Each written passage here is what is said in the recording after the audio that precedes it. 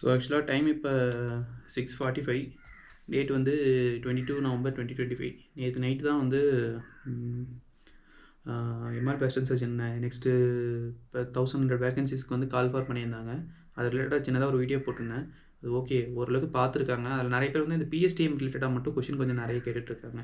So அதை பற்றி அதிலே கொஞ்சம் தெரிஞ்ச வரைக்கும் நான் கிளாரிஃபிகேஷன் கொடுத்துட்டேன். பட் இருந்தாலும் எக்ஸ்ட்ரா கொஞ்சம் தேவைப்படுமோ அப்படின்றதுக்காக சொல்லிட்டு இருக்கேன். ஃபஸ்ட்டு பிஎஸ்டிஎம் அப்படின்னா என்னன்னு சொல்லிடுறேன். இது தமிழ்நாடு கவர்மெண்ட் இதுக்குன்னு தனியாக ஒரு கவர்மெண்ட் ஆர்டராக போட்டிருக்காங்க. என்னென்னா இனிமேல் தமிழ்நாடு கவர்மெண்ட்டில் ரெக்ரூட் புது வேகன்சிஸை ரெக்ரூட் பண்ணுறேன்னா அதில் 10% வந்து தமிழ் மீடியமில் படித்தவங்க உள்ளே வரணும் அப்படிங்கிற மாதிரி. அந்த தமிழ் மீடியமில் படித்தவங்க எப்படி நீ ப்ரூவ் பண்ணணும்னா பிஎஸ்டிஎம் சர்டிஃபிகேட்டை சப்மிட் பண்ணனா அது proof of Tamil medium. Okay, இப்போ வந்து இது எல்லா டிபார்ட்மெண்ட்டுக்கும், இது வெறும் எம்ஆர்பிக்கு மட்டும் கிடையாது. நீங்கள் டிஎன்பிஎஸ்சி எடுத்தாலும் ஓகே, போலீஸ் எடுத்தாலும் ஓகே, எல்லாத்துக்குமே இந்த 10% பிஎஸ்டிஎம் கோட்டா வந்து இருக்குது. அடுத்து இந்த பிஎஸ்டிஎம்ன்றது வந்து தமிழ் மீடியமில் படித்தவங்களுக்கா இல்லை கவர்மெண்ட் ஸ்கூலில் படித்தவங்களுக்கா அப்படின்னா தமிழ் மீடியமில் படித்தவங்க தான். எனக்கு தெரிஞ்ச வரைக்கும் தமிழ் மீடியம் படித்தவங்க. அதாவது ஒரு சில ப்ரைவேட் ஸ்கூல்ஸ் வந்து பெய்டாகவே இருந்தாலும் தமிழ் மீடியம் இருக்கும். இப்போ எக்ஸாம்பிளுக்கு நான் 11th and 12th நான் வந்து ஐடியல் ஹையர் செகண்டரி ஸ்கூல் படித்தேன்னு சொன்னேன்ல. ஆனால் நான் கவர்மெண்ட் ஸ்பான்சர்ஷிப்பில் தான் படித்தேன்.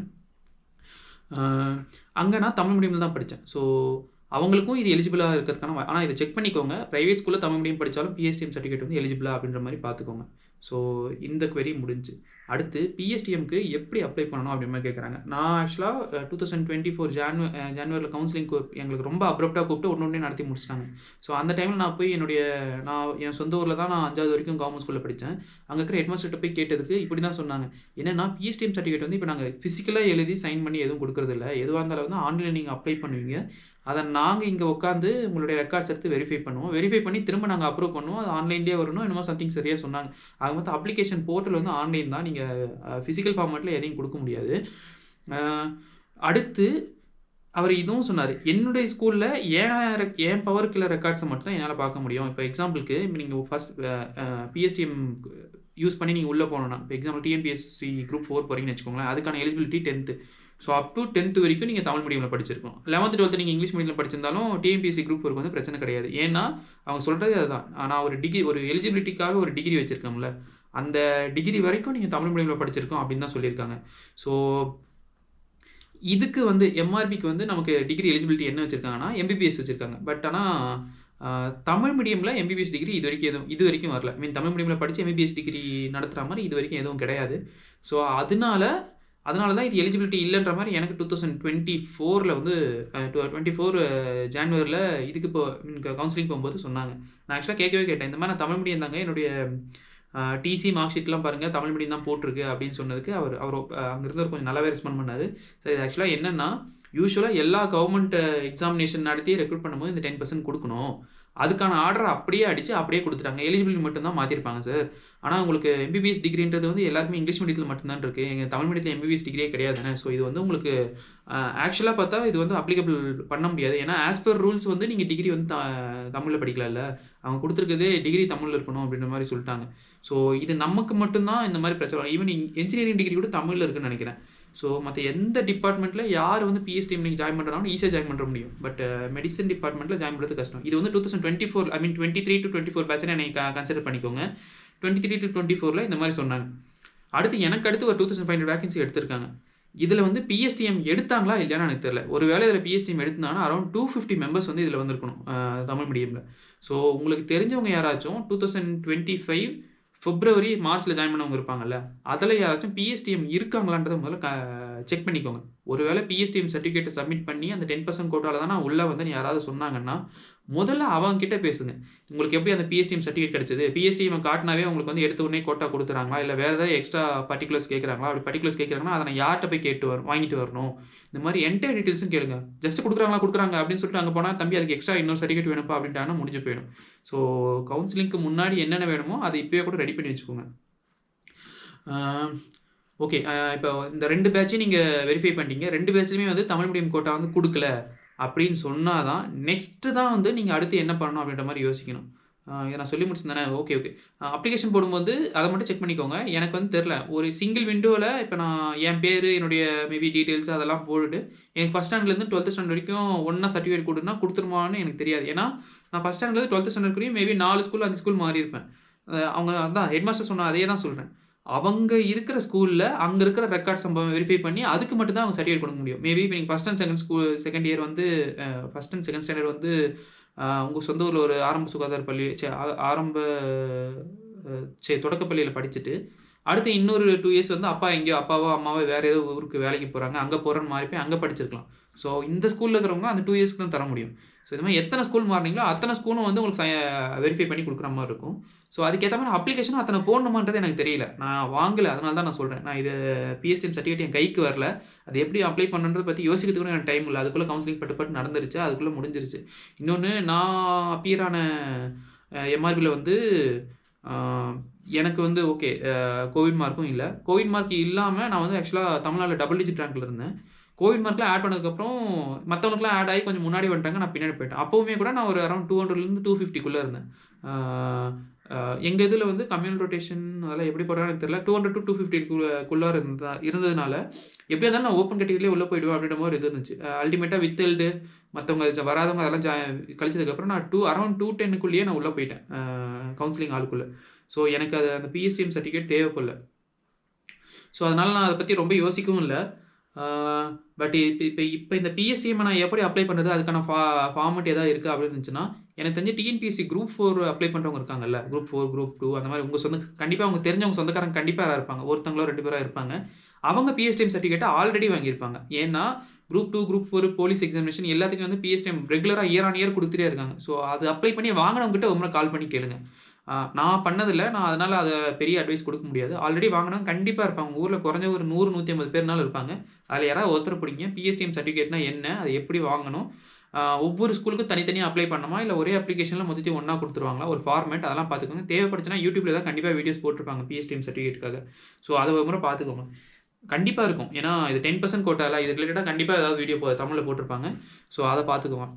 இப்போ நீங்க பிஎஸ்டிஎம் சர்டிஃபிகேட் வந்து ஓகே எப்படி வாங்கணும்னு தெரிஞ்சிருச்சு. பட் அது யூஸ்ஃபுல்லா இல்லையா? உள்ள எடுக்குறாங்களா இல்லையான்றத அந்த 2 இயர்ஸையும் நான் வெரிஃபை பண்ணிட்டேன். இப்போ எக்ஸாம்பிளுக்கு என் பேட்ச்ல நான் சொல்லிட்டேன்னு வச்சுக்கோங்களேன். நான் ஆக்சுவலா நான் பர்சனலா பேசி வெரிஃபை பண்ணத தான் நான் சொல்லிட்டு இருக்கேன். மேபி என் பேட்ச்ல எனக்கு தெரியாம கூட வேற ஏதாவது தமிழ் மீடியம் வச்சு உள்ள வந்திருக்கலாம். நான் ஏன்னா 1000 வேக்கன்சி அரவுண்ட் 1000 வேக்கன்சி எடுத்தாங்க. அத்தனை பேரும் எதுல வந்தாங்க? எந்த கோட்டால வந்தாங்கன்றது எனக்கு தெரியாது. நான் அத பத்தி கண்டுக்க வேண்டிய அவசியமும் கிடையாது. ஏன்னா எனக்கு கிடைச்சிருச்சு. நான் அத பத்தி யோசிக்கல. ஸோ என் பேட்ச்லயே வேற யாராவது வந்திருக்காங்கன்னு என்னால சொல்ல முடியாது. 2025 பேட்ச்ல வந்திருக்காங்கன்னு சொல்ல முடியாது. அது முதல்ல வெரிஃபை பண்ணுங்க. 100% தமிழ் மீடியம் அந்த 10% உங்களுக்கு குடுக்கல அப்படிங்கிற நிலைமை வந்து நீங்க கன்ஃபார்ம் பண்ணிட்டீங்கன்னா, அடுத்து என்னென்ன பண்ணணும் அப்படிங்கிறேன். இப்ப என்னன்னா, எல்லா கவர்ன்மெண்ட் மெடிக்கல் காலேஜ்லயும் 7.5% வந்து இது இருக்கு. ஐ மீன் கவர்ன்மெண்ட் கோட்டா அப்படின்னு ஒண்ணு இருக்கு. அது மோஸ்ட்லி வந்து கவர்ன்மெண்ட் ஸ்கூல்ல படிச்சுட்டு வந்தவங்க தான் வருவாங்க. தமிழ் மீடியமா தான் இருப்பாங்க. இப்ப சென்னையில மட்டும் எடுத்தீங்கன்னா 4 கவர்ன்மெண்ட் காலேஜ் இருக்கு. மெட்ராஸ் மெடிக்கல் காலேஜ் என்னோடது. நான் படிச்சது. ஸ்டான்லி மெடிக்கல் காலேஜ் வந்து அதுவும் சென்னையில தான் இருக்கு. அடுத்து ஓஎம்சி, அடுத்து கேஎம்சி. இது எல்லாமே வித்தின் ஒரு மேபி ஒரு 10 கிலோமீட்டர் சரௌண்டிங்ல இருக்குன்னு வச்சுக்கோமே. இதுல மொத்தமா சேர்த்து எம்எம்சி 250 யூஜி, ஸ்டான்லி 250 500, அடுத்து கேஎம்சி 150, அடுத்து வந்து ஓஎம்சி 100ன்னு நினைக்கிறேன். நான் 100ன்னே வச்சுப்போம். ஸோ அரவுண்ட் வந்து 250, 150 750 சீட்ஸ் வந்து ஓவரால் சென்னையில மட்டும் இருக்கிற யூஜி எம்பிபிஎஸ் சீட்ஸ். இதுல பிரைவேட் மெடிக்கல் காலேஜ்லாம் சேர்க்கலாம். அதுலயும் 7.5% இருக்குன்னு நினைக்கிறேன். எனக்கு சரியா தெரியல. பட் இதுல மட்டும் நீங்க 7.5% போட்டீங்கன்னா அரவுண்ட் 50 கிட்ட வருவாங்க. 50லேருந்து 54 வரைக்கும் சம்திங் வருவாங்கன்னு நினைக்கிறேன். இது பெர் இயருக்கு சொல்றேன். ஸோ 2017ல இருந்தே இந்த 7.5% உள்ள வர 17 18 எனக்கு சரியா தெரியல. பட் அதுலேருந்தே இருக்குன்னு வச்சுக்கோங்களேன். இப்போ இருக்கிற ஈவன் இப்போ 2025ல உள்ள போகிறதுல 7.5% இருக்காங்க. ஸோ நீங்கள் ரஃபாக கால்குலேட் பண்ணி பார்த்தீங்கன்னா அரௌண்ட் ஒரு 8 to 9 batches of Tamil medium students வந்து இப்போ இருக்காங்க. பாஸ் அவுட் பண்ணவங்க மேபி ஒரு 3 பேட்சாக இருக்கும். பட் இப்போ உள்ள கரண்ட்டாக படிச்சுட்டு இருக்கவங்க மட்டும் ஒரு 5 பேட்சஸ் இருப்பாங்க. ஸோ சென்னையில் மட்டும் நீங்கள் இது எடுத்துட்டீங்கன்னா, இப்போ நம்ம பாஸ் அவுட் பண்ணி போனவங்க கூட கழிச்சிருவோம். இப்போ உள்ள சென்னைக்குள்ளே இருக்கிற அந்த 5 பேட்சை மட்டும் நீங்கள் எடுத்தீங்கன்னா 50 × 5னா 250 பேர் இருப்பாங்க. இப்போ ஏன் நான் இதை சொல்கிறேன்னா, மேபி எல்லாருமே பாஸ் அவுட் பண்ணிட்டு அவங்க சொந்த ஊருக்கு போயிருப்பீங்க. பட் இப்போ நீங்கள் இந்த query பற்றி நான் கேட்கணும்னா நீங்கள் ஒரு சில இடத்துல போகணும்னு சொன்னால் அது எல்லாமே சென்னையில் இருக்குது. இப்போ நான் இந்த ஒரு விஷயத்துக்காக நான் சென்னைக்கு வரணுமான்னு நீங்கள் யோசிக்கிறதுக்கு பதிலாக உங்கள் ஜூனியர்ஸை நீங்கள் போக சொல்லலாம். ஏன்னா அவங்க எப்படியா இருந்தாலும் அவங்க சென்னையில் தான் இருக்காங்க. இன்னொன்று இது வந்து அவங்க உங்களுக்காக மட்டும் கேட்கல, அவங்களுக்காகவும் சேர்த்து தான். ஏன்னா இப்போ நீங்கள் இப்போ உள்ளே போயிடுவீங்க. இப்போ ஒன்ஸ் நீங்கள் இந்த பேத்தை கிளியர் பண்ணி விட்டீங்கன்னா அந்த பேத்தை ஃபாலோ பண்ணி அடுத்தடுத்து தமிழ் மீடியம் ஸ்டூடெண்ட்ஸ் உள்ளே வந்துகிட்டே இருப்பாங்க. ரொம்ப ஈஸியாக இருக்கும். அவங்க வரும்போது ஸ்ட்ரகிள் பண்ணாமல் இருக்கலாம். ஸோ உங்களுடைய ஜூனியர்ஸுக்கு முதல்ல இதை சொல்லுங்க. டேய் தம்பி இந்த மாதிரி ஒரு இஷ்யூ இருக்குடா. நமக்கான ஒரு தமிழ் மீடியம் கோட்டா இருக்கு. அத நம்மளால எஃபிஷியன்ட்டா யூஸ் பண்ண முடியல. அத வந்து சால்வ் பண்ணணும். அதுக்காக உங்க ஹெல்ப் வேணும்னு கேட்டீங்கன்னா, கண்டிப்பா ஜூனியர்ஸ் ஹெல்ப் பண்றதுக்கு ரொம்ப ஹெல்ப்ஃபுல்லா கண்டிப்பா வருவாங்க. இன்ஃபேக்ட் மோஸ்ட்லி தமிழ் மீடியம்ல படிச்சவங்க கொஞ்சம் என்ன சொல்ல ஒரு ரிலேஷன்ஷிப் சீனியர் ஜூனியர் ரிலேஷன்ஷிப் நல்லா இருக்கும் தான் நான் நம்புறேன். ஸோ மொதல் விஷயம் உங்கள் காலேஜில் இருக்கிற ஜூனியர்ஸ் கிட்ட பேசி அவங்கள வந்து ஒரு முறை ஒன்றா ஒரு அசோசியேஷன் மாதிரி ஃபார்ம் பண்ணி போய் பேச சொல்லுங்கள். இல்லை நான் சென்னை தான், இல்லை சென்னை சரௌண்டிங்கில் தான் இருக்கேன், நான் எம்பிபிஎஸ் முடிச்சிட்டேன், நான் இந்த எக்ஸாமுக்கு எலிஜிபிள், இல்லை நானுமே கூட நேரில் வந்து கேட்கணும்னு நினைக்கிறேன்னு யாராவது இருந்தீங்கன்னா கண்டிப்பாக இருப்பீங்க. அவங்க கூட அந்த அசோசியேஷன் கூட போய் சேர்ந்துட்டு ஒன்றா போய் ரெப்ரசென்ட் பண்ணுங்கள். ஏன்னா நீங்கள் தனியாக போனீங்கன்னு வச்சுக்கோங்களேன், எங்கே போனாலுமே உங்களுக்கு தனியாக போய் நின்னீங்கன்னா உங்கள் நோட்டிஃபையே ஆக மாட்டீங்க. ஒரு 50 பேர் 100 பேராக போய் ஒன்றா போய் பேசும்போது மட்டும்தான் ஓகே இப்படி ஒரு இஷ்யூ இருக்குது, இந்த இஷ்யூனால இத்தனை பேர் பாதிக்கப்பட்டிருக்காங்க, இதை நம்ம ரிசால்வ் பண்ணி கொடுக்கணுன்ற ஒரு ஒரு ஒரு என்ன சொல்கிறது, நீங்கள் கண்ணுக்கே தெரியுங்கன்னு வச்சுக்கோங்களேன். இன்ஃபேக்ட் ஆஃபீஸில் இருக்கிற நிறைய பேர் வந்து ஹெல்ப் பண்ண தான் அனுப்பாங்க. பட் நீங்கள் எந்த சரியான டைமில் சரியான ஆளை போய் பார்த்து சரியாக பேசாமல் இருக்கிறது தான் மிஸ் ஆகிறதுக்கான நிறைய ரீசனே. ஸோ கூட்டமாக போங்க, பட் ஆனால் அன்னெசரியாக எதுவும் பேசிடாதீங்க. இதுதான் ரீசன். இது வந்து இந்த 2 வருஷத்துக்கு வந்து இந்த மாதிரி ஆயிடுச்சு, இந்த வருஷத்துலேருந்து அப்படி ஆகக்கூடாது, அதுக்காக தான் எனக்கு கொஞ்சம் தெளிவாக பேசணும், அது கொஞ்சம் பார்த்துக்கோங்க. இல்லை எங்களால் தனியாக போக முடியாது, எங்களுக்கு வேறு ஏதாவது சப்போர்ட் வேணும் அப்படின்னு நினச்சிங்கன்னா, தமிழ்நாடு கவர்மெண்ட்டில் வேலை செய்கிற டாக்டர்ஸ் வந்து டிஎன்எம்ஓஏன்னு ஒரு அசோசியேஷன் வச்சுருக்காங்க. மோஸ்ட்லி நீங்கள் இன்டர்ன்ஷிப்பில் படிக்கும்போது சர்வீஸ் பேஜஸ் பார்த்துருப்பீங்க தானே. கண்டிப்பாக அந்த 1 இயரில் குறைஞ்சபட்சம் ஒரு சர்வீஸ் பேஜ்னாலும் உங்களுக்கு செம்ம க்ளோஸாக இருந்திருப்பாங்க. ஸோ அந்த சர்வீஸ் பேஜஸ் கிட்ட டிஎன்எம்ஓஏன்னா என்னென்னு முதல்ல கேட்டு பாருங்கள். அவங்க என்னென்னா இந்த மாதிரி அவங்க மோஸ்ட்லி சர்வீஸ் பிஜிஸ் அண்ட் சர்வீஸில் இருக்கவங்களோட ப்ராப்ளம்ஸை வந்து கவர்மெண்ட்டுக்கு சொல்லி ஸோ அவங்களுக்கு வந்து இதெல்லாம் ரிசால்வ் பண்ணி கொடுங்கன்னு சொல்கிறது தான் அவங்களுடைய மெயின் நோக்கமே. நம்ம பக்கம் இருக்கிற பிரச்சனைகளை அவங்க தான் தீர்த்து வைப்பாங்க. ஸோ அந்த டிஎன்எம்ஓவோட இப்போ தற்போதைய பிரச்சனை வந்து அகிலன் சார்னு நினைக்கிறேன். ஆக்சுவலாக அவர் ரொம்ப ஃப்ரெண்ட்லி. அவருடைய ஃபோன் நம்பருக்கு நீங்கள் கால் பண்ணிங்கன்னா எடுத்தோடனே எடுத்துருவார். நம்மளாம் இப்போ நானே சொல்கிறேன், ஒரு சில டைமில் ரொம்ப அன்னோன் நம்பரு அப்படி இப்படின்னு எதாவது வந்துச்சுன்னா நான் பெருசாக எடுக்க மாட்டேன். பட் ஆனால் அவர் எப்போ கால் பண்ணாலும் யார் கால் பண்ணாலும் பட்டுன்னு எடுத்துருவார். ஸோ அவருக்கோ இல்லை டிஎன்எம்ஓவில் இருக்கிற வேறு யாருக்கோ ஒருத்தருக்கோ நீங்கள் அவங்க நம்பர்ஸ்லாம் எப்படி வாங்கணும்னா நீங்கள் சர்வீஸ் பேஜஸ் கிட்ட கேட்டிங்கன்னாவே கண்டிப்பாக கொடுத்துருவாங்க. இதுதான் அவருடைய நம்பர், மோஸ்ட்லி எல்லார்ட்டையுமே இருக்கும். வாங்கிட்டு அவருக்கு ஒரு முறை பர்சனலாக கால் பண்ணி, சார் இந்த மாதிரி ஒரு இஷ்யூ இருக்குது, 2023 கொடுக்கல, செக் பண்ணிக்கோங்க முதல்ல 23 and 24 கொடுக்கலையா இல்லையான்னு. இந்த 2 வருஷமும் கொடுக்கல, இப்போ இந்த வருஷமும் 10% கொடுத்துருக்காங்க, அது இருக்கா இல்லையான்றது தெரியல சார், எங்களுக்கு அது கிளாரிஃபிகேஷன் வேணும் அப்படின்றது அவர்கிட்ட சொன்னீங்கன்னா அவரும் ரெப்ரசென்ட் பண்ணுவார். அடுத்து ஸோ உங்களுக்கான ஒரு அசோசியேஷனை ஃபார்ம் பண்ணி நீங்களாக போகலாம், இல்லை டிஎன்எம்ஏ வழியாக போகலாம். அடுத்து இப்போ நீங்கள் போகிறீங்கன்னா எங்கெங்கே போய் சொல்லணும் அப்படின்ற மாதிரி சொல்கிறேன். ஒன்று வந்து எம்ஆர்பி, அது வந்து எம்ஆர்பியோட ஆஃபீஸ், அதுவும் தேனாம்பேட்டில் தான் இருக்குது. அடுத்து டிபிஹெச் டைரக்டர் ஆஃபீஸ், அதுவும் தேனாம்பேட்டில் தான் இருக்குது. அடுத்து ஹெல்த் மினிஸ்டரோட ஆஃபீஸ் எங்கே இருக்குன்னு எனக்கு எக்ஸாக்டாக தெரில. ஆனால் இப்போ ரீசெண்டாக டிஎன்எம்ஏ வந்து 1 வீக்கு முன்னாடியே என்னமோ கவர்மெண்ட் டாக்டர்ஸோட பிரச்சனைகளை வந்து ரெப்ரசென்ட் பண்ணுறதுக்கு ஹெல்த் மினிஸ்டர் அவர் ஆஃபீஸில் தான் போய் பார்த்துருந்தாங்க. அதேமாதிரி ரீசெண்டாக வித்தின் ஒரு 5 டேஸ்க்குள்ளே வந்து ஃபாரின் மெடிக்கல் கிராஜுவேட்ஸ் இருக்காங்கல்ல, அவங்க வந்து எங்களுக்கு இன்டர்ன்ஷிப்பை சீக்கிரம் எங்களுக்கு பண்ணி கொடுங்க அப்படின்னு சொல்லிட்டு ஒரு மனு கொடுக்க அவரையும் வந்து ஹெல்த் மினிஸ்டர் அவரோட ஆஃபீஸில் தான் போய் பார்த்தாங்க. ஸோ அந்த மாதிரி நீங்களும் உங்கள் அசோசியேஷனாக போய் அவர் ஆஃபீஸில் போய் பார்க்கலாம். ஸோ டோட்டலாக இத்தனை ஸ்டெப் இருக்குது. அதுக்கு முன்னாடி முதல்ல அஃபிஷியலாக போய் கேட்டு வெரிஃபை பண்ணுங்கள் இது இருக்கா இல்லையான்றது. மொதல் விஷயம், பாஸ்ட் 2 பேட்சஸில் யாராவது பிஎஸ்டிஎம் யூஸ் பண்ணி உள்ளே வந்தாங்களான்னு செக் பண்ணி அவங்கக்கிட்ட பேசுங்க. உங்களுக்கு அந்த மாதிரி யாருமே கிடைக்கல அப்படின்னா முதல்ல ஆஃபீஸில் போய் இந்த மாதிரி பிஎஸ்டிஎம்னு ஒன்று கொடுத்துருக்கீங்க 10% இதுக்கு, அது உண்மையிலே இருக்கா, லாஸ்ட் 2 இயர்ஸாக வந்து இவங்க இது யாருக்குமே கிடைக்கலன்ற மாதிரி பேசிகிட்டு இருக்காங்க, இப்படி உண்மையிலே இருக்குன்னா அது என்னென்ன வேணும், எப்படி வாங்கணுன்றதை கேட்டுக்கோங்க. இல்லைங்க அது எங்களுக்கு ஒரு மாதிரி டவுட்டாக இருக்குங்கன்னு அவங்க சொல்லிட்டாங்கன்னா தான் இந்த ஸ்டெப்லாம் பண்ணணும். அசோசியேஷனாக போய் ஹெல்த் மினிஸ்டரை பார்க்குறது, டிபிஹெச் டைரக்டராக பார்க்குறது. ஏன்னா இந்த பக்கத்தில் இருக்கிற இந்த கொரியை நீங்கள் சரி பண்ண இது இருக்கா இல்லையா அப்படிங்கிறத ஃபுல்லாக கிளாரிஃபை பண்ணிக்காமல் அதுக்கப்புறம் அங்கே போய் இல்லைங்க அது ஆல்ரெடி இருக்குங்க, அது ஆல்ரெடி சீட்ஸ் வந்து இத்தனை பேர் எடுத்திருக்காங்கன்னு சொல்லிட்டாங்கன்னா அவங்களுக்கு தான் ஆல்ரெடி ஹையர் அஃபிஷியலாக இருக்கவங்களுக்கு தான் தேவையில்லாமல் நம்ம ப்ரெஷர் கொடுக்குற மாதிரி இருக்கும். ஸோ முதல்ல இதை செக் பண்ணிக்கோங்க. இன் சர்வீஸில் தமிழ் மீடியம் சர்டிஃபிகேட்டை வச்சு உள்ளே வந்தவங்க யாராவது இருக்காங்களா? எனக்கு தெரிஞ்சு இல்லை. பட் நீங்கள் ஒரு முறை 2 பேட்சில் செக் பண்ணிக்கோங்க. அடுத்து அந்த பிஎஸ்டிஎம் 10% கோட்டாவை நீங்கள் ஏன் பாஸ்ட் 2 இயர்ஸில் ஒரு வேளை கொடுக்கலன்னா, பாஸ்ட் 2 இயர்ஸில் ஏன் கொடுக்கலன்னா ஆஃபீஸில் கேளுங்க. இல்லைங்க அதில் இந்த மாதிரி ஒரு க்ரே ஏரியா இருக்குது, அதை வந்து ரிசால்வ் பண்ணணும்னு அவங்களுமே எங்களுக்கும் தெரியாதுன்னு சொல்லிட்டாங்கன்னா நெக்ஸ்ட்டு போய் ரெப்ரசென்ட் பண்ணுங்கள் ஹெல்த் மினிஸ்டர்கிட்டையும் டிபிஹெச் டைரக்டர்கிட்டையும். ஆக்சுவலாக 2 பேருமே எல்லாருமே வந்து ஈஸியாக பார்க்குற மாதிரி தான் சொல்லிட்டாங்க. மோஸ்ட்லி நீங்கள் பார்க்குறீங்கன்னா நினச்ச டைமில் போய் பார்க்க முடியாது. முன்னாடி ஒரு கேட் பாஸோ என்ட்ரி பாஸோ சம்திங் வாங்கிட்டு அதுக்கப்புறம் அவங்க சொல்கிற டைமுக்கு வர சொல்லுவாங்க. எக்ஸாம்பிளுக்கு இப்போ டிபிஹெச் டைரக்டர் அவர் டாக்டர் சோமசுந்தரம், அவர் ஆக்சுவலாக ரொம்ப ரொம்ப ஃப்ரெண்ட்லி. எனக்கு எனக்கு பர்சனலாக தெரியாது. பட் நான் நிறைய இடத்துல பேசுனத வச்சு சொல்கிறேன். ரொம்ப ரொம்ப ஃப்ரெண்ட்லி. நமக்கு இந்த மாதிரி ஒரு இஷ்யூ இருக்குன்னா, அது அவரால் எந்த அளவுக்கு இறங்கி ஹெல்ப் பண்ணி கொடுக்க முடியுமோ, அந்த அளவுக்கு இறங்கி ஹெல்ப் பண்ணி கொடுத்துறக்கூடிய டாக்டர் அவரு. ஸோ நீங்கள் போய் பேசுகிறீங்கன்னா, முதல்ல அந்த எம்ஆர்பி ஆஃபீஸில் பேசுங்க. எம்ஆர்பி ஆஃபீஸ் தேனாம்பேட்டில் இருக்குது. ஆக்சுவலாக தேனாம்பேட் மெட்ரோ ஸ்டேஷன்லேருந்து நடக்கிற தூரம் தான் அது.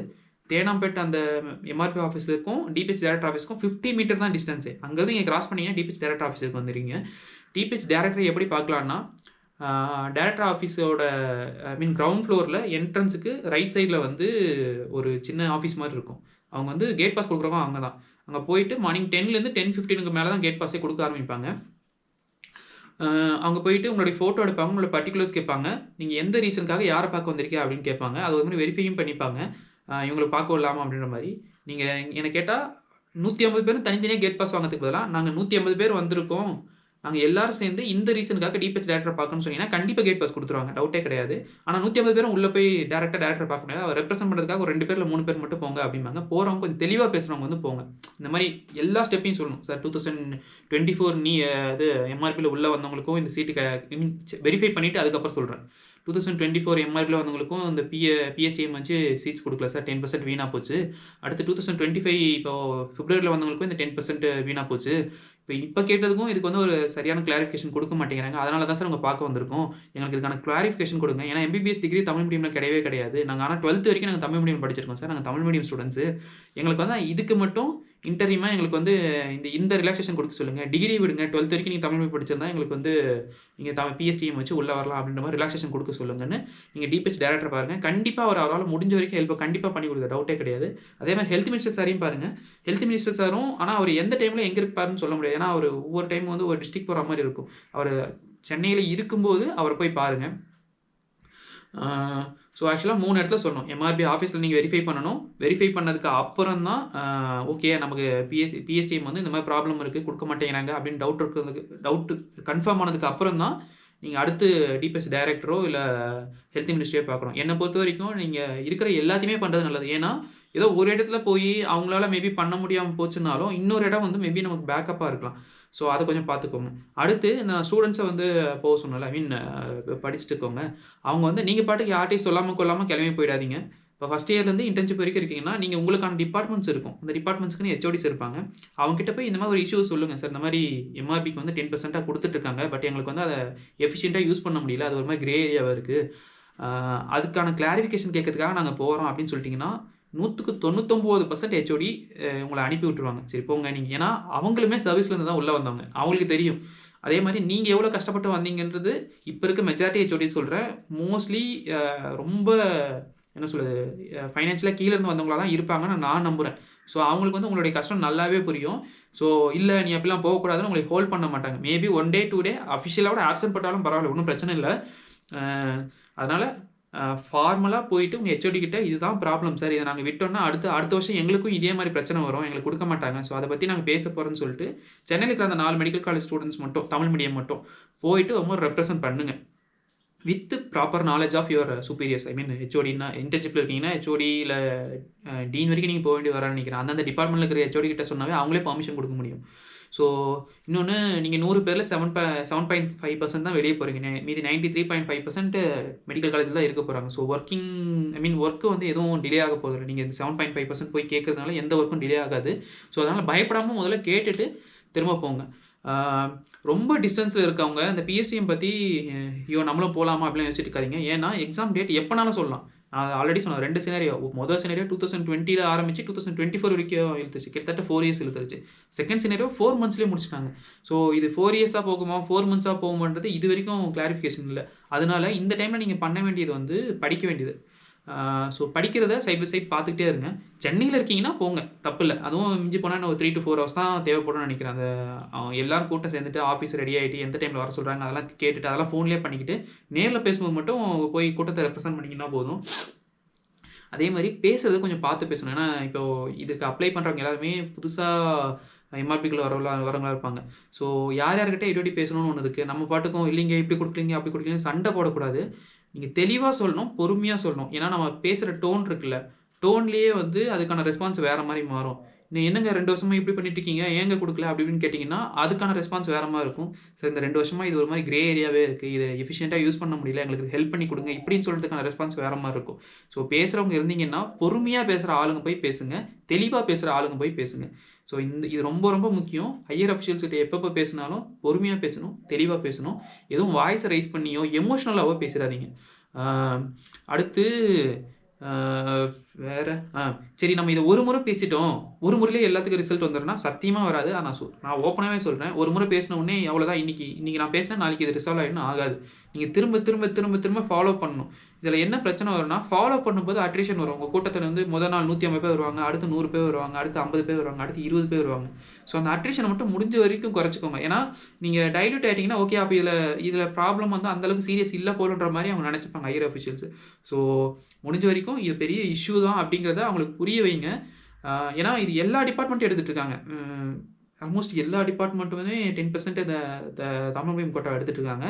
நம்ம டிபார்ட்மெண்ட்ல நம்மள தவிர, டாக்டர்ஸ தவிர நம்ம டிபார்ட்மெண்ட்லயும் கூட மத்த ஏதாவது எடுத்துட்டு இருக்காங்கன்னா, மேபி நர்சிங்லாம் தமிழ் மீடியம்ல இருக்கான்னு எனக்கு தெரியல. இருக்குன்னு நெனைக்கிறேன்.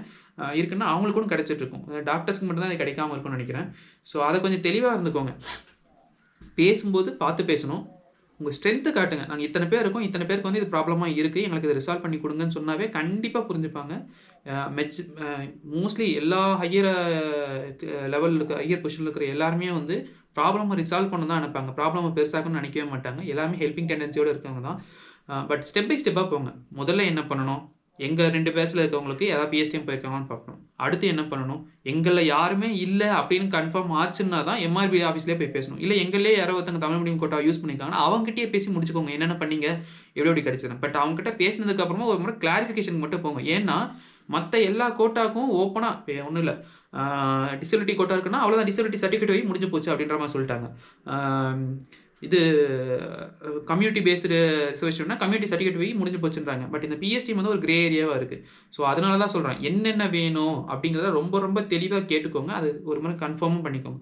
ஒருவேளை பாஸ்ட் 2 இயர்ஸா அந்த 10% வீணா தான் போச்சு. அதை யாருமே எடுக்கல அப்படின்னு இருக்கும் பட்சத்தில் எம்ஆர்பி ஆஃபீஸ்ல போய் முதல்ல கிளாரிஃபிகேஷன் கேளுங்க. அவங்க குடுக்க கிளாரிஃபிகேஷன் சரிப்பட்டு வரல, இல்ல எனக்கு தெரியலன்னு அவங்க சொல்லிட்டாங்கன்னா, அடுத்து வேணா இந்த மாரி அடுத்தடுத்து டிபிஹெச் டைரக்டர் சாரையோ, இல்ல ஹெல்த் மினிஸ்டர் சாரையோ பார்த்துக்குதுன்னா பார்த்துக்கோங்க. பட் தனியா போகாதீங்க. கூட்டமா போங்க. சத்தம் போட்டோ, எமோஷனலாவோ, சண்டை போடுற மாரியே பேசிறாதீங்க. பொறுமையா, நிதானமா, தெளிவா பேசுங்க. ஆ திரும்ப திரும்ப ஃபாலோ பண்ணுங்க. இது வேணும்னா நான் எக்ஸாம் படிக்கணும்னு நான் சொல்லல. மறுபடியும் சொல்றேன். எக்ஸாம் படிக்கிறவங்க திரும்ப திரும்ப போங்கன்னு நான் சொல்லல. உங்களுக்கு இந்த பீரியட் ரொம்ப குரூஷியலான பீரியடு. படிச்சுட்டே இருங்க. உங்களுக்கு அடுத்த நீட், ஐஎன்ஏ அத ஃபோக்கஸ் பண்ணி படிச்சுட்டே இருங்க. பட் உங்க ஜூனியர்ஸ் உண்மையிலேயே டேலண்டடா கண்டிப்பா இருப்பாங்க. இன்டர்ன்ஷிப் பண்றவங்கலாம் ரொம்ப ரொம்ப மேபி செக்ரட்டரியா கூட இருந்திருக்கலாம். ஹாஸ்டல்லயோ, இல்ல காலேஜ்லயோ, ஸ்டூடெண்ட் கவுன்சில்லயோ எதுலயோ ஒண்ணுல வந்து செக்ரட்டரியா கூட இருந்திருப்பாங்க. அந்த மாரி கொஞ்சம் தெளிவா பேசுற ஆளுங்கள வந்து இத கான்டாக்ட் பண்ணிக்க சொல்லிக்கோங்க. அப்புறம் சொல்லிட்டேன். டிஎன்எம்ஐஏ. டிஎன்எம் இன்னைக்கு இப்ப நான் பேசி முடிக்கிறதுக்குள்ள உங்களுக்கு தெரிஞ்ச ஏதாவது ஒரு கவர்ன்மெண்ட் சர்வீஸ் டாக்டர் இருப்பாங்கல்ல. உங்க இன்டர்ன்ஷிப்ல நீங்க கூட இருந்தவங்க. அவங்க கிட்ட கால் பண்ணி இப்படி ஒரு இஷ்யூ இருக்கு சார் என்ன பண்றது சார்ன்னு அவங்க கிட்ட கேளுங்க. அவங்களே ஒரு ஐடியா குடுக்க ஆரம்பிச்சுருவாங்க. ஸோ நீங்க எல்லாருமே டிஎன்எம்ஏ வழியாவும் ஒரு ப்ரெஷர் குடுத்தீங்கன்னா, அவங்களும் இத ஹெல்ப் பண்ணணும். ஏன்னா எப்படியா இருந்தாலும் நீங்க இப்ப இந்த 10% கோட்டா யூஸ் பண்ணி வந்தீங்கன்னா, நீங்க தமிழ்நாடு கவர்ன்மெண்ட்குள்ள தான் வரப்போறீங்க. அல்டிமேட்டா நீங்களும் டிஎன்எம்ஏக்குள்ள தான் வரப்போறீங்க. ஸோ அவங்க டிஎன்எம்ஏல ஃபியூச்சர்ல ஜாயின் பண்ண போறவங்களுக்கு கண்டிப்பா அவங்க ஹெல்ப் பண்ணுவாங்க. இல்லனாலுமே அவங்க ஹெல்ப் பண்ணக்கூடிய ஆள் தான். இருந்தாலும் சொல்றேன். சம்வாட் நீங்க அவங்களுக்கு ரொம்ப க்ளோஸா கனெக்ட் ஆகக்கூடிய ஆளா இருப்பீங்க. அத மட்டும் தயவு செஞ்சு பார்த்துக்கோங்க. பட் 10% ரொம்ப ரொம்ப ரொம்ப ரொம்ப நல்ல இது. இன்னும் நான் இத சொல்லணும்னு நெனச்சேன். ஆக்சுவலா இந்த ஒருவேளை இது எல்லாம் நீங்க எல்லாத்தையுமே சக்சஸ் ஆயிட்டீங்க. 10% உங்களுக்கு கிடைச்சிருச்சு அப்படின்னு இருக்கும் பட்சத்தில் கவுன்சிலிங் நடக்குதுன்னு வச்சுக்கோங்களேன். உங்களுக்கு மேபி இன்னொரு ரிசர்வேஷன் இருக்கு. மேபி கம்யூனிட்டி பேஸ்ட் ரிசர்வேஷன் வந்து எனக்கு கிடைக்குது. மேபி முன்னாடியே நான் வந்துருவேன். இல்ல எனக்கு டிசேபிள்டு ரிசர்வேஷன் வந்து எனக்கு இருக்கு. அப்படின்னு இருக்குன்னா, தயவு செஞ்சு முதல்ல நீங்க அத யூட்டிலைஸ் பண்ணுங்க. ஏன்னா, இந்த தமிழ் மீடியம் ரிசர்வேஷன் இருக்குல்ல, அது முடிஞ்ச வரைக்கும் நீங்க எவ்வளோக்கு எவ்வளோ தொடாம இருக்கீங்களோ, இன்னும் தமிழ் மீடியம் ஸ்டூடண்ட்ஸ் உள்ள வந்துகிட்டே இருப்பாங்க. எக்ஸாம்பிளுக்கு இப்போ நான் ஒரு பிசியா இருக்கேன், எம்பிசியா இருக்கேன், எஸ்சியா இருக்கேன். எனக்கு வந்து ரிசர்வேஷன் இருக்கு. அந்த ரிசர்வேஷன்ல நான் டாப் 100க்குள்ள வந்துட்டேன் அப்படிங்கும்போது கண்டிப்பா உங்களுக்கு சீட் வரதான் போகுது. அந்த டைம்ல நீங்க தமிழ் மீடியம் கோட்டா எனக்கு குடுங்க அப்படின்னு போய் நீங்க கேட்டீங்கன்னா, அது கொஞ்சம் யோசிச்சு பாருங்க. மேபி தமிழ் மீடியம்ல உங்களுக்கு பின்னாடி இருக்கிற ரேங்க் இருக்கிற யாரோ ஒருத்தன் வந்து அதுக்காக வெயிட் பண்ணிட்டு அதுக்கு டிசர்விங் கேண்டிடேட்டா இருப்பான். வெயிட் பண்ணிட்டு இருக்கிறவனா இருப்பான். ஸோ நமக்கு ஒண்ணு அவைலபிளா இருக்கும்போது இன்னொருத்தனுக்கு வர வேண்டிய சீட் நம்ம பிளாக் பண்ற மாரி அது போயிடும். ஸோ அந்த மிஸ்டேக் பண்ணாதீங்க. உங்களுக்கு ஏதாச்சும் ஒரு ஆல்ரெடி இன்னொரு ரிசர்வேஷன் இருக்கு. அந்த ரிசர்வேஷன் உங்களுக்கு கண்டிப்பா கிடைச்சிரும்னா தெளிவா சொல்லுங்க. எனக்கு இந்த ரிசர்வேஷன்ல தான் வேணும். எனக்கு வந்து பிஎஸ்டிஎம்மில் வேணாம், என் பிஎஸ்டிஎம்மில் எனக்கு பின்னாடி இருக்கிற இன்னொரு தமிழ் மீடியம் பையன் யாராவது எடுக்கட்டும் அப்படிங்கிறது தெளிவாக பேசிக்கோங்க. அவ்வளோதான். அதாவது சீட்டு வந்து முடிஞ்ச வரைக்கும் தமிழ் மீடியம் ஸ்டூடெண்ட்ஸ் உள்ளே வர்றதுக்கு அதிகமாகிறதுக்கு சொல்கிறேன். மேபி இப்போ 110 பேர் இருக்காங்கன்னா ஒரு 10 பேர்னாச்சும் நான் சொன்ன மாதிரி வெளியே போய்டும். ஐ மீன் வெளியே மீன்ஸ் அதர் கோட்டாலேயோ இல்லை ஓப்பன் கேட்டகரியிலையோ உள்ளே போகக்கூடிய ஆளுங்களாம் கண்டிப்பாக இருப்பாங்க. ஸோ எக்ஸ்ட்ரா ஒரு 10 பேர் உள்ளே வருவாங்க. ஸோ எஃபிஷியண்ட்டாக யூஸ் பண்ணுறதுக்கான பேத்தர்ஸை சொல்கிறேன். பட் ஃபஸ்ட்டு அதுக்கு முதல்ல நம்ம இந்த பிஎஸ்டிஎம் வந்து நமக்கு அப்ளிகபிளான்றதை வந்து கன்ஃபார்ம் பண்ணிக்கணும். எனக்கு தெரிஞ்சு இப்போதைக்கு இவ்வளோ தான் சொல்லணும்னு தோணுது. வேறு ஏதாவது டவுட் இருந்தாலும் கீழே ஏதாவது சொல்கிறதுனா சொல்லுங்கள். பட் படிக்கிறத படிச்சுட்டே இருங்க. தயவு செஞ்சு படிக்கிற ஸ்பீடை மட்டும் நிப்பாட்டாதீங்க. இந்த மாதிரி நம்ம இங்கே போனோம், இதை போய் நம்ம கேட்கணும் அப்படின்லாம் நீங்கள் எதுவும் பண்ணிருக்காதீங்க. உங்கள் காலேஜ் ஜூனியர்ஸ் அனுப்புங்க. இப்போ கரண்டாக படிச்சுட்டு இருக்கிறவங்கள சென்னையில் மட்டுமே 250 மெம்பர்ஸ் அரௌண்ட் இப்போ படிச்சுட்டு இருக்காங்க. அவங்க போனாவே போதும். ஏன்னா இப்போ எப்பவுமே கவர்மெண்ட்டால் இதை பண்ண முடியாது. இப்போ ஒரு ஆர்டர் கொடுத்துருச்சுன்னா என்கிட்ட வந்து கம்ப்ளைண்ட் பண்ணால அவனுக்கு மட்டும் தான் இந்த ஆர்டர் செல்லுபடி ஆகும், வராதவங்க செல்லுபடி ஆகும்னு கவர்மெண்ட் வந்து சொல்லாது. ஸோ அவங்க போய் கேட்டாலும் ஸ்டூடெண்ட்ஸாகவே இருந்தால் அவங்க எலிஜிபிளாகவே இல்லாமல் போய் கேட்டாலுமே கூட அவங்க ஓகேங்க இதுதான் ப்ராப்ளம் அப்படின்றத வந்து ரெக்டிஃபை பண்ணி கொடுத்துட்டாங்கன்னா அது உங்களுக்கும் அப்ளிகபிள். அடுத்தடுத்து எம்ஆர்பியில் ரெக்ரூட் பண்ணும்போது அவங்களுக்கும் அது அப்ளிகபிள். ஸோ அதனால சொல்கிறேன், படிக்கிறவங்க படிச்சுக்கிட்டே இருங்க. அடுத்து தம்பி என் ஜூனியரை வந்து இதை வேறு கேட்டான், நான் திரும்ப புதுசாக எதாவது படிக்கணுமா சார் அப்படின்னு மாதிரி கேட்டான். தயவு செஞ்சு புது பிளாட்ஃபார்முக்கு எதுக்கும் போகாதீங்க. ஏன்னா இப்போ ஆல்மோஸ்ட் நீங்கள் இப்போ ரொம்ப ஃப்ரெஷராக பார்த்துருந்தாலும் கூட இப்போ மே இல்லை ஜூனில் முடிச்சிருப்பீங்க. அரௌண்ட் 4 to 5 months வந்து படிச்சுட்டு இருந்திருப்பீங்க. ஐ மீன் நீட்டுக்கு படிச்சுட்டு இருந்திருப்பீங்க. ஆல்மோஸ்ட் ஒரு 80 to 90% வந்து சப்ஜெக்ட் முடிச்சிருப்பீங்கன்னு வச்சுப்போமே. இப்போது இந்த 80 to 90% சப்ஜெக்டை முடிச்சுட்டு திரும்ப அதே ரிவிஷன் பண்ணாவே உங்களுக்கு வந்து இன்னும் ரீடைன் ஆகும். ப்ளஸ் நீங்கள் அல்டிமேட்டாக உங்களோட கோலே நீட் அண்ட் ஐஎன்ஏ தான். எம்ஆர்பின்றது ஒரு சைடில் தான் கிடைச்சதானே எடுக்க போகிறீங்க. மேபி கிடைக்காம போச்சுன்னா அதுக்கு நீங்கள் வெயிட் அதுக்காக டைம் கொடுக்க வேண்டிய அவசியம் வந்து உங்களுக்கு வராது. ஸோ நீங்கள் நீட்டுக்கு தான் படிக்கணும். இப்போ திடீர்னு புதுசாக என்ன பண்ணுறாங்கன்னா எம்ஆர்பிக்காக இப்படி ஒரு கோச்சிங் வருது, எம்ஆர்பிக்காகவே சென்ட்ரிக்காக இது எம்ஆர்பி சென்ட்ரிக்காக மட்டுமே இது நடத்துகிறாங்க, அப்போ நான் அதுக்கு மாறிக்கவா அப்படின்ற மாதிரிலாம் சொல்கிறாங்க. என்னை பொறுத்த வரைக்கும் அப்படி பண்ணுறது வந்து நாட் அட்வைசபிள். உங்களுக்கு அல்டிமேட்டாக என்னென்னா தமிழில் வந்து 50 கொஸ்டின் 20 எடுக்கணும், 40%. நீங்கள் ஆல்ரெடி தமிழை ஒரு சப்ஜெக்டாக படிச்சிருந்தீங்கன்னா சத்தியமாக எடுத்துருவீங்க. ஜஸ்ட் ஒரு ரிஃப்ரெஷ் பண்ணால் போதும். அதுக்குன்னு டெய்லி போய் நான் 2 hours 3 hours 4 hours தமிழ் படிக்க போகிறேன் அப்படின்றது தேவை கிடையாது. பட் நான் தமிழே படிக்கலை, தமிழ் சப்ஜெக்டே எனக்கு கிடையாது அப்படின்னா அது அவங்கள பற்றி நான் சொல்ல முடியாது. ஏன்னா நான் 12 வருஷமாக அது 10th 12th வரைக்கும் 10th 12th எல்லாமே வந்து நான் தமிழ் மீடியமில் தான் படித்தேன். பட் எனக்கு அது ஒரு பெரிய பிரச்சனையாக தெரியல. அது ஒரு ஜஸ்ட் ஒரு கேக் சாப்பிட்ற மாதிரி நான் முடிச்சுட்டு போயிட்டேன். இன்ஃபேக்ட் நான் எழுதின எம்ஆர்பிக்கு நான் தமிழுக்கு நான் ப்ரிப்பேர் பண்ணல. எக்ஸாம் போகிறதுக்கு முன்னாடி ஒரே ஒரு மணி நேரம் மட்டும் டிஎன்பிஎஸ்சிக்கான குரூப் 4க்கு தமிழ், அவங்க டிஎன்பிஎஸ்சி 10th வரைக்கும் தானே, இதில் ஆக்சுவலாக தமிழுக்கு வந்து 10th வரைக்கும் தான் போட்டிருக்காங்க. அந்த புல்லட்டினில் அப்படி தான் போட்டிருந்தாங்க. ஸோ அதுக்கான வீடியோ அவன் ஏதோ 4 hours 5 hours ஒன்று போட்டிருந்துச்சு. அதையும் நான் 1 hour தான் பார்த்தேன். நான் 25 எடுத்தேன்னு நினைக்கிறேன். 25 26 எனக்கு தெரில. ஸோ தமிழ் புக்கை 10 வருஷம் படித்தவனுக்கு தமிழை கிளியர் பண்ணுறது அவ்வளோ கஷ்டம் கிடையாது. பட் ஆனால் கண்டிப்பாக ரிஃப்ரெஷ் பண்ணணும். ஏன்னா லாஸ்ட் ஒரு 6 years 7 years வந்து தமிழ்னு ஒன்றே இவங்க மண்டையை விட்டு கலந்து போயிருக்கோம். அதனால தான் நான் என்ன சொன்னேன்னா டிஎன்பிஎஸ்சி குரூப் 4க்கு தமிழ் சப்ஜெக்ட்டுக்குன்னு எடுக்கிற வீடியோஸ் யூடியூப்பில் இருக்கும். அந்த வீடியோஸில் எது நல்ல வியூஸ் போயிருக்கோ அந்த மாதிரி வீடியோஸை ஒரு 10 hours இல்லை 15 hours வீடியோஸ் மட்டும் எடுத்து ஃபோனில் டவுன்லோட் பண்ணி வச்சுக்கிட்டு ஃப்ரீ டைம் இருக்கும்போது சும்மா 15 minutes நீங்கள் பார்க்க ஆரம்பிச்சிங்கன்னா மேபி மார்னிங் ஒரு 15 minutes ஃப்ரீ டைம் இருக்கும், ஆஃப்டர்நூன் 15 minutes ஃப்ரீ டைம் இருக்கும், இல்லை நைட் ஒரு 15 minutes ஃப்ரீ டைம் இருக்கும். இல்லை மேபி அதில் யாராவது ஜாபுக்கு போயிட்டீங்கன்னா ஜாபுக்கு போகிறது வர்றது ட்ரெயினில் போகும்போது அந்த மாதிரி டைம்லாம் இயர்ஃபோன் போட்டு நீங்கள் பாட்டு கேட்டு போகலாம். அது பண்ணாவே போதும். பட் நீங்கள் இங்கே மெயினாக பண்ண வேண்டியது என்னென்னா நீட்டுக்கும் ஐஎன்ஏக்கும் ப்ரிப்பேர் பண்ணுறீங்களா அது ஸ்டாப் ஆகாமல் அப்படியே ப்ரிப்பேர் பண்ணிட்டு போங்க. ப்ளஸ் நீட் பிஜியோட ப்ரீவியஸ் இயர் கொஸ்டின்ஸ் கண்டிப்பாக ஐஎன்ஏ அளவுக்கு எம்ஆர்பி ரொம்ப இன்டெப்த்தாக இறங்கி கேட்க மாட்டாங்கன்றதுல எனக்கு ஷார்ட்டாக இருக்கேன். ஸோ அது கொஞ்சம் தெளிவாக இருந்துக்கோங்க. இதுக்குன்னு தனியாக பிளாட்ஃபார்ம் போட வேணாம், இதுக்குன்னு தனியாக திரும்ப எக்ஸாம் ஸ்ட்ராட்டஜியை மாற்ற வேணாம். தனியாக வேறு என்ன சொல்கிறது, இது வரைக்கும் படித்த புக்கு தூக்கி போட்டு கன்சைஸ்டாக இருக்குன்னு இன்னொன்றுக்கு போகிறன்றது பண்ண வேணாம். ஆல்ரெடி நீங்கள் 80 to 90% படிச்சிட்டிங்கன்னா தயவு செஞ்சு அதையே படிங்க. இல்லை நான் இப்போ தான் ஸ்டார்ட் பண்ணுறேன் அப்படின்னு இருக்கவங்க வேணால் எடுத்தோன்னே ரேபிட் ரிவிஷன் போயிட்டு ப்ரீவியஸ் இயர் கொஸ்டின் போடுறதுனா போட்டுக்கோங்க. பட் நான் மோஸ்ட்லி இப்போ இந்த வீடியோ பார்க்குறவங்க எல்லாருமே குறைஞ்சது 4 to 5 months ஆஃப் ப்ரிப்பரேஷனாலும் உள்ளே போட்டிருப்பாங்க. நீங்கள் இப்போ இதுக்காக நீங்கள் ஃபுல் ஸ்ட்ராட்டஜி மாற்றுறீங்கன்னா திரும்ப இதை முடிச்சுட்டு திரும்ப 0லேருந்து ஆரம்பிக்கிற மாதிரி இருக்கும். மேபி இது முடியறதுக்கு ரொம்ப இயர்லியாக வைக்கிறாங்கன்னு கூட வச்சுக்கோங்களேன். ஜனவரி பிப்ரவரிக்குள்ளே வந்ததுன்னா கூட பிப்ரவரிக்கு அப்புறம் திரும்ப நீங்கள் பழைய ஸ்ட்ராட்டஜி போகிற மாதிரி இருக்கும். அப்போ பார்த்தீங்கன்னா இன்னைக்கு May 17 வருதுன்னு நினைக்கிறேன். வித்தின் 3 monthsக்குள்ளே நீங்கள் மறுபடியும் முதல்லேருந்து எல்லாத்தையும் ரஷ் பண்ணுற மாதிரி இருக்கும். ஸோ ஒரு என்ன சொல்கிறது, பிளேஸ்மெண்ட் டேட்டையே கன்ஃபார்ம் பண்ணாத ஒரு எக்ஸாமுக்காக ஆல்ரெடி நீங்கள் போயிட்டுருக்க ஒரு கோர்ஸோட ட்ரெஜெக்டரியை மாற்றுறது எனக்கு சரின்னு படல. ஸோ அதை மட்டும் தெளிவாக பார்த்துக்கோங்க. ரெகுலராக படிங்க, படிச்சுட்டே இருங்க. வந்துச்சுன்னா எழுதுங்க. கண்டிப்பா எழுதுங்க. நீங்க சீட் எடுக்கலனாலும் எம்ஆர்பி எக்ஸாம் எழுதுங்க. ஏன்னா இது ஒரு மேபி நீங்க எந்த அளவுக்கு காம்படிஷன்ல இருக்கீங்கன்றத வந்து நீங்க ரியலைஸ் பண்றதுக்கு யூஸ்ஃபுல்லா இருக்கும். சீட் நீங்க எடுக்கிற ஐடியால எனக்கு எம்ஆர்பி வரதெல்லாம் பிடிக்கலைங்க. நான் எப்படியும் பிஜி சீட் எடுத்து தான் போனாலும் பரவால்ல எழுதுங்க. ஃபீஸ் வந்து அரௌண்ட் 500லேருந்து 1000க்குள்ள தான் வச்சிருக்காங்க. கிடைச்சதுன்னா எடுத்துக்கோங்க. கிடைக்கலனாலும் நீட் பிஜி ஐஎன்ஏல நல்லா எக்ஸாம் எழுதி நல்லா ரேங்க் எடுத்து பிஜி சீட் எடுத்துக்கோங்க. அவ்வளோதான். இதுக்கு மேலே நான் சொல்றதுக்கு எதுவும் இல்ல. வேறு ஏதாச்சும் டவுட் இருந்துச்சுன்னா கீழே எனக்கு கமெண்ட் மட்டும் பண்ணி வைங்க. பிஎஸ்டிஎம்ல எனக்கு தெரிஞ்சது அவ்வளோதான். ஏன்னா நான் பிஎஸ்டிஎம் சர்டிஃபிகேட் வாங்கல. நான் ரொம்ப தெரிஞ்ச மாதிரி நான் வீடியோ எதுவும் போட்டுற முடியாது. பட் பிஎஸ்டிஎம் சர்டிஃபிகேட் வாங்கினவங்க தமிழ்நாட்டில் நிறைய பேர் இருக்காங்க. ஒன்றும் இல்லை, நீங்கள் குரூப் எக்ஸாம்ஸோ இல்லை ஏதோ ஒரு தமிழ்நாடு எக்ஸாம் படிச்சிருப்பாங்கல்ல கவர்மெண்ட் எக்ஸாமுக்கு, அவங்க கிட்ட போய் கேளுங்க. அவங்க தமிழ் மீடியமில் படிச்சிருந்தாங்கன்னா அவங்க கிட்ட கேளுங்க. பிஎஸ்டிஎம் எப்படி வாங்குறது அவங்க சொல்லிடுவாங்க. அப்ளிகபிளாக இல்லைன்றதை நீங்கள் தான் போய் வெரிஃபை பண்ணிக்கணும். நான் பார்த்ததில் இதுதான் பிரச்சனை. அந்த பிரச்சனை என் சைடில் இந்த பிரச்சனையை நான் சொல்லிட்டேன். அதே மாதிரி ரொம்ப இங்கே அங்கேன்னு ஆசிரியர் ஆகிட்டே இருக்காதீங்க. படிக்கிறவங்களுக்கு சொல்கிறேன், முடிஞ்ச வரைக்கும் இது ஜூனியர்ஸை வச்சு நகர்த்த பாருங்கள். சென்னையில் இருக்கீங்கன்னா நீங்கள் வேணால் போய் பேசிக்கோங்க. ஜூனியர்ஸை வச்சு நகர்த்த பாருங்கள்.